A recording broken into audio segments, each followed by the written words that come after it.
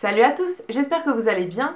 On se retrouve aujourd'hui dans une nouvelle vidéo anti-haul. Alors c'est une vidéo que j'avais déjà faite il y a quelques mois, mais j'ai décidé d'en refaire une aujourd'hui. Alors si vous ne connaissez pas les anti-haul, tout simplement c'est une vidéo où je vais vous parler des produits que je n'ai pas envie d'acheter. Donc j'ai regardé un petit peu toutes les nouveautés qui sont sorties sur le site de Sephora uniquement ces derniers temps. Et aujourd'hui je vais vous parler de tous les produits que j'ai pas envie d'acheter et je vais vous dire pourquoi. Parce que c'est sympa de faire des vidéos haul où je vous montre tout ce que j'achète, mais c'est aussi bien de vous parler des produits que j'ai pas envie d'acheter. Voilà, c'est des vidéos que moi j'aime beaucoup regarder, donc je me suis dit que j'allais en faire une spéciale sur les nouveautés qui sont sorties il n'y a pas longtemps. Alors dans cette vidéo je vais vous parler à la fois de soins et de maquillage. J'ai pas mal de produits et donc à chaque fois je vous mettrai des petits visuels et je vais vous dire pour tous les produits pourquoi j'ai pas envie de les acheter. On va commencer en premier par les soins, c'est les produits que j'ai le moins, donc comme ça on garde le maquillage pour la fin. Alors en premier il y a des coffrets de la marque Glam Glow qui viennent de sortir là pour les fêtes.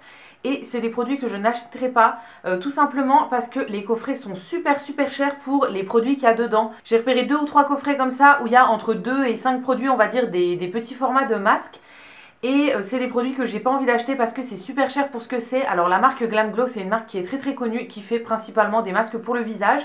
Et voilà, j'en ai testé quelques-uns mais honnêtement ça m'avait pas laissé un souvenir de fou. C'était bien mais c'était pas exceptionnel, donc j'ai pas envie de racheter ces produits là parce que on paye beaucoup la marque en fait, j'ai l'impression, et les produits qui sont à l'intérieur on peut les trouver dans d'autres marques mais en moins cher parce qu'on payerait pas l'image de la marque. Donc voilà, ça c'est des masques que j'ai pas envie d'acheter au format régulier d'habitude, et donc là en petit format dans des trousses d'échantillons et tout, ça m'intéresse pas plus. En plus ils ont fait des espèces de collections avec des poupées ou des trucs comme ça, enfin c'est des collections qui me parlent pas du tout. Ils avaient fait par un moment les collections avec les Power Rangers il me semble, ça me parlait pas du tout non plus. Je pense que je suis pas trop la cible de cette marque, en tout cas le marketing ne m'atteint pas du tout sur cette marque. Donc c'est une marque que je n'achèterai pas, et encore moins les coffrets de Noël qui sont super chers pour ce qu'il y a dedans je trouve. On continue avec les soins et j'ai encore un coffret qui est beaucoup trop cher pour son contenu selon moi. C'est de la marque Fresh. Alors je sais pas si vous avez déjà testé cette marque. Moi j'avais testé un seul produit en échantillon, enfin en format voyage. Ça m'avait pas laissé un souvenir de dingue, donc c'est pas une marque que j'adore tant que ça, mais j'ai testé qu'un seul produit donc j'ai pas trop d'avis sur la marque. Et en fait là pour les fêtes ils ont sorti plein de coffrets découvertes, donc avec plein de produits. Alors il y en a éventuellement qui pourraient m'intéresser, là où il y a des produits pour le visage et tout ça.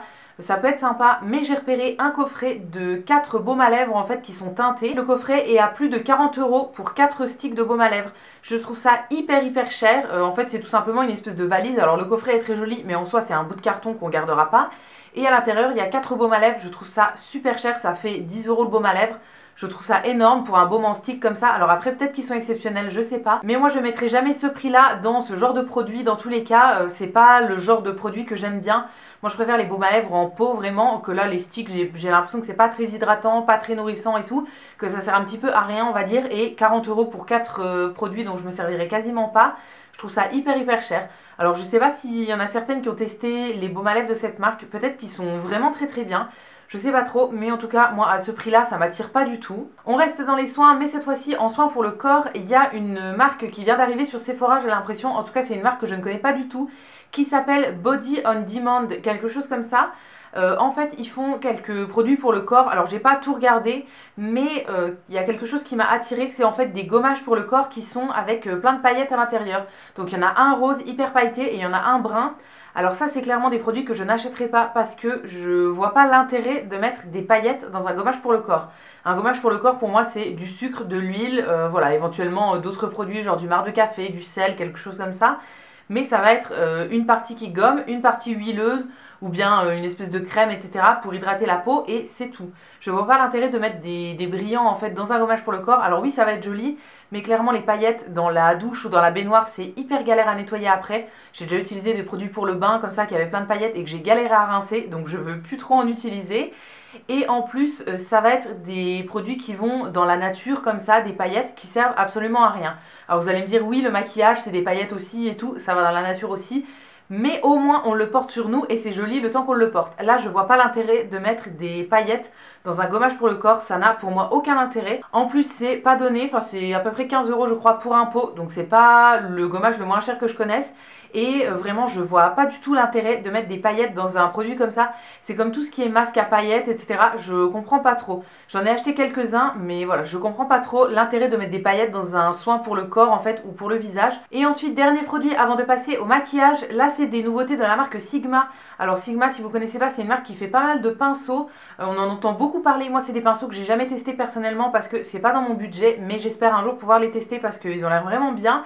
Et là en fait ils ont sorti récemment des nettoyants pour les pinceaux. Donc il y en a 3 différents. Le premier ça va être un nettoyant solide, donc sous la forme d'un espèce de petit bloc de savon. Le deuxième c'est un shampoing tout à fait classique pour les pinceaux. Et le troisième ça va sortir sous forme de mousse d'après ce que j'ai compris. Alors ça c'est des produits qui coûtent à peu près 15 €, entre 15 et 20 € en fait. Et je vois pas l'intérêt de mettre si cher dans un nettoyant pour les pinceaux. Alors moi récemment j'ai acheté le nettoyant pinceau de chez Action, que j'ai pas encore testé d'ailleurs. Mais sinon j'ai toujours nettoyé mes pinceaux avec soit un bloc de savon tout à fait classique en fait qu'on peut acheter n'importe où, soit avec du shampoing tout à fait classique, un gel douche, un savon pour les mains. N'importe quoi en fait qui mousse, ça va nettoyer vos pinceaux. Et il n'y a pas besoin honnêtement d'acheter un produit exprès pour ça. Il y a certains pinceaux que je nettoie depuis plus de 5 ans avec des shampoings tout à fait basiques et tout. Avant j'achetais aussi du shampoing pour bébé.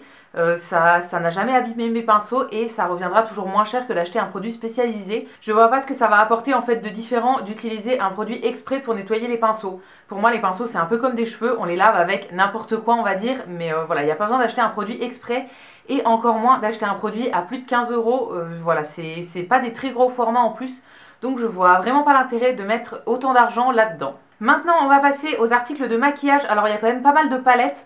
Pour tous les articles un petit peu indépendants, c'est vrai que voilà, je regarde pas trop ça, mais c'est vraiment toutes les sorties de palettes que je regarde et que j'étudie un petit peu pour savoir si les palettes me plaisent ou pas. Et en premier, je voudrais vous parler d'une palette qui a fait beaucoup parler d'elle ces derniers temps. C'est la nouvelle palette de chez Huda Beauty, donc là, The New Nude il me semble.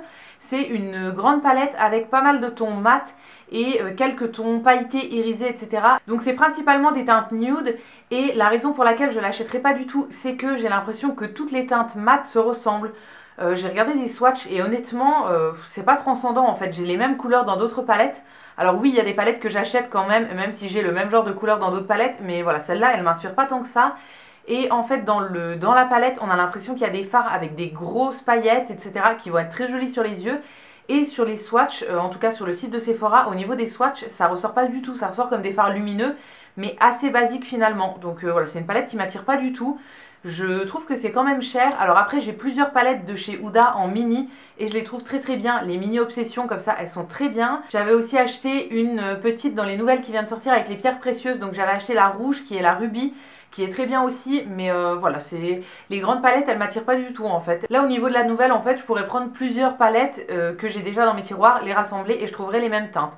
Donc voilà, ça m'a pas convaincue. Après je pense que la qualité est très bien. Si vous êtes collectionneuse ou bien si vous n'avez pas beaucoup de palettes ça peut être très cool, mais moi avec la collection que j'ai actuellement c'est une palette qui me servira à rien je pense. On continue avec les palettes pour les yeux et cette fois-ci j'ai une palette de Benefit que j'ai repérée et que je trouve totalement inintéressante. C'est une palette qui s'appelle Vanity Flair. C'est une palette de 12 couleurs dans les tons nude.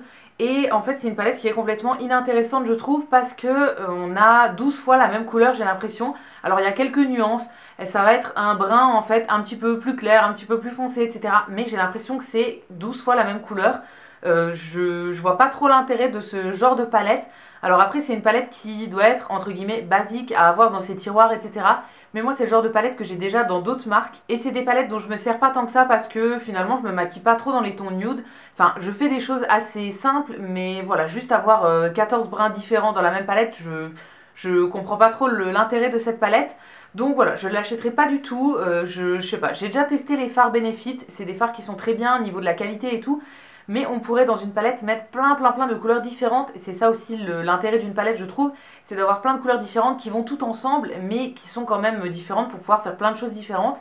Là j'ai l'impression que c'est toujours la même teinte donc on n'a pas tellement de possibilités en fait. On passe à la dernière palette pour les yeux de ma sélection. Cette fois-ci c'est une palette de la marque Zoeva. Alors Zoeva, c'est une marque que j'aime beaucoup quand même dans l'ensemble. J'ai pas mal de palettes de cette marque-là. J'en ai 3 pour les yeux en grande, j'en ai aussi 2 mini, j'en ai aussi pour le teint. Enfin voilà, j'ai pas mal de palettes. Il y avait juste une ancienne collection qui m'avait un petit peu déçue, mais là j'ai pas mal de palettes quand même et je suis vraiment très très contente de cette marque-là.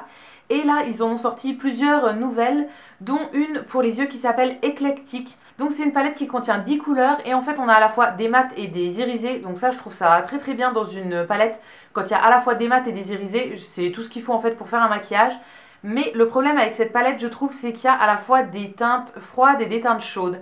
Et moi j'arrive pas à marier en fait ça ensemble. Je saurais pas quelle teinte mettre avec quelle teinte. Et du coup je serais complètement perdue dans la palette. On a des bleus, un violet, un espèce de vert, il y a plus des bruns et tout. Je saurais pas du tout comment associer les couleurs, donc c'est pour ça que je vais pas l'acheter. Habituellement les palettes que j'achète elles ont toutes à peu près la même harmonie de couleurs. Si je vous prends un exemple, celle de Urban Decay, la Naked Heat, elle est un petit peu tout dans les tons orangés, rouges, etc. Donc c'est tout des couleurs qui vont ensemble. Voilà, c'est le genre de palette que j'aime bien parce que quand je prends la palette, je sais que je vais pouvoir mixer toutes les couleurs ensemble. Ça veut pas dire que je mets les 12 couleurs de la palette sur mes yeux d'un coup, mais voilà, je sais que n'importe quelle teinte ira avec n'importe quelle autre. Et c'est ça que je trouve bien dans certaines palettes, en tout cas dans les palettes que j'achète, c'est de savoir que toutes les couleurs vont aller ensemble et du coup il n'y a pas besoin de chercher, de réfléchir, savoir si telle ou telle couleur vont aller ensemble et tout. On sait qu'on peut toutes les marier. Et là, dans cette palette de Zoeva, j'ai l'impression que c'est pas le cas. Donc voilà, j'aurais peur de mélanger certaines couleurs, vu qu'il y a du chaud et du froid dans la même palette, j'aurais peur de me planter, que ça fasse moche et tout, donc je l'achèterai pas vraiment pour ça, parce que je trouve que les couleurs sont trop différentes. On continue chez Zoeva, mais ça va être cette fois-ci dans les palettes pour le teint. Alors là j'ai repéré une collection qui est sortie il n'y a pas très longtemps non plus, qui s'appelle Première il me semble. Et donc dans cette collection on a une palette pour les yeux et une palette de blush. Et aujourd'hui je vais vous parler de la palette de blush. Alors en fait c'est une palette qui contient 3 blushs, j'ai l'impression, enfin il y a la teinte du milieu qui est plus un doré que moi j'utiliserais plus en highlight. Mais les deux autres teintes sur le côté, on a un cuivré et un rose assez foncé, donc qui peuvent servir en blush. C'est une palette que je ne vais pas acheter parce que je pense que c'est plus destiné à des peaux foncées, voire peau mate, peau noire, etc. Je pense que ce genre de couleurs peuvent être très très très jolies sur des peaux très foncées. Un espèce de brique en blush, ça peut être très joli. Le doré en highlight, ça peut être magnifique aussi et tout. Mais moi sur ma peau, j'ai l'impression que si je mets les blushs qu'il y a dans cette palette, je vais me retrouver avec des énormes traces en fait et que ce sera pas joli du tout, que ce sera beaucoup trop foncé et tout. Donc voilà, c'est une palette que je vais pas acheter tout simplement parce que je pense qu'elle me correspond pas. Chez Zoeva, on a plein d'autres palettes qui correspondent aux peaux plus claires, donc voilà, c'est très bien qu'ils fassent une palette aussi pour peau foncée. Mais je pense que moi elle m'irait pas du tout, donc celle-ci je vais pas l'acheter. Encore une palette pour le teint, mais cette fois-ci c'est de la marque Sephora. Ils ont sorti récemment une palette pour le teint avec 6 couleurs qui s'appelle holographique quelque chose. En fait c'est dans la collection des fêtes. La collection de cet hiver est complètement holographique au niveau de tous les produits. Donc voilà, ils ont joué là-dessus aussi pour la palette pour le teint. Alors c'est une palette qui a déjà sur la ligne du bas 3 blushs ou bien 2 blushs et un bronzer, je sais pas trop. D'après ce que j'ai compris, c'est 3 teintes mat. Et sur la ligne du haut, on a 3 highlighters, donc qui vont être des teintes un petit peu plus pailletées, lumineuses en tout cas. Ça c'est une palette que j'achèterai pas du tout parce que au niveau des teintes de la ligne du bas, j'ai l'impression que c'est très pigmenté et un petit peu trop foncé pour moi. Et surtout ce qui me fait très très peur dans cette palette, c'est les highlighters de la ligne du haut. On a 3 couleurs, alors en premier c'est un espèce de jaune, vert, ça pourrait encore aller. Ensuite celui qui est tout à droite c'est un espèce de rose très clair, donc ça peut aller aussi. Mais vraiment la teinte qui me fait très très peur c'est le bleu-violet qu'il y a au milieu. Je sais pas du tout comment ça peut ressortir sur la peau, ce genre de couleur, mais voilà, moi j'aime bien les highlighters qui ont quand même un sous-ton chaud, je trouve ça quand même plus joli que les highlighters qui ont un sous-ton froid. Alors avec un sous-ton froid, ça peut faire un petit effet givré comme ça peut être très sympa, mais moi j'ai très très peur de tester. Donc ça c'est pas du tout une palette que j'achèterai parce qu'elle m'attire pas du tout. Et même au niveau du packaging, je trouve ça pas original. Les couleurs à l'intérieur sont très originales, mais la boîte en fait elle l'est pas du tout. Donc voilà, c'est pas une palette que j'aimerais avoir dans ma collection. Et enfin, le dernier produit dont je vais vous parler aujourd'hui, c'est encore de la marque Sephora et encore dans la collection holographique, donc la collection des fêtes de cette année. C'est un petit spray en fait avec des paillettes. Alors ça c'est le genre de produit que moi j'utilisais quand j'étais vraiment enfant. Ma mère elle avait des sprays de paillettes comme ça pour se mettre dans les cheveux à Noël et tout. Et donc elle nous en mettait un petit peu sur le corps et tout ça et on adorait ça. Maintenant c'est absolument pas quelque chose que je referais. Franchement je trouve ça éventuellement joli sur les autres en fait, mais je le ferai pas du tout sur moi. Quand je me maquille, moi personnellement j'aime bien avoir de la lumière sur le haut des joues, donc là où on met l'highlight, éventuellement aussi sur le nez, un petit peu au-dessus de la lèvre et sur les yeux quand je maquille mes yeux, mais sur le reste du visage c'est pas du tout quelque chose que j'aime bien.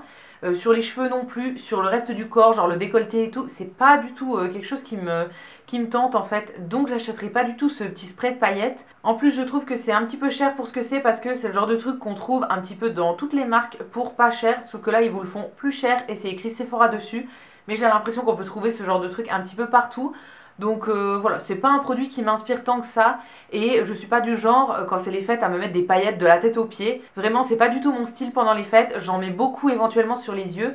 J'ai des produits qui sont hyper pailletés que je vais porter vraiment pendant les fêtes et tout sur les yeux, mais sur le reste du visage et du corps et tout j'aime bien rester assez naturel, assez basique.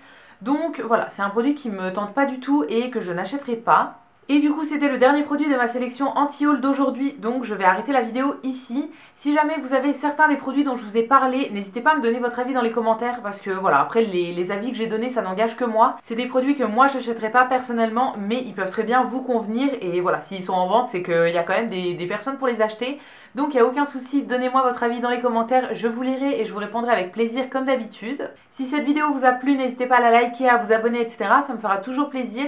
Et quant à nous, on se retrouve dès demain dans une prochaine vidéo et d'ici là, prenez soin de vous. À bientôt!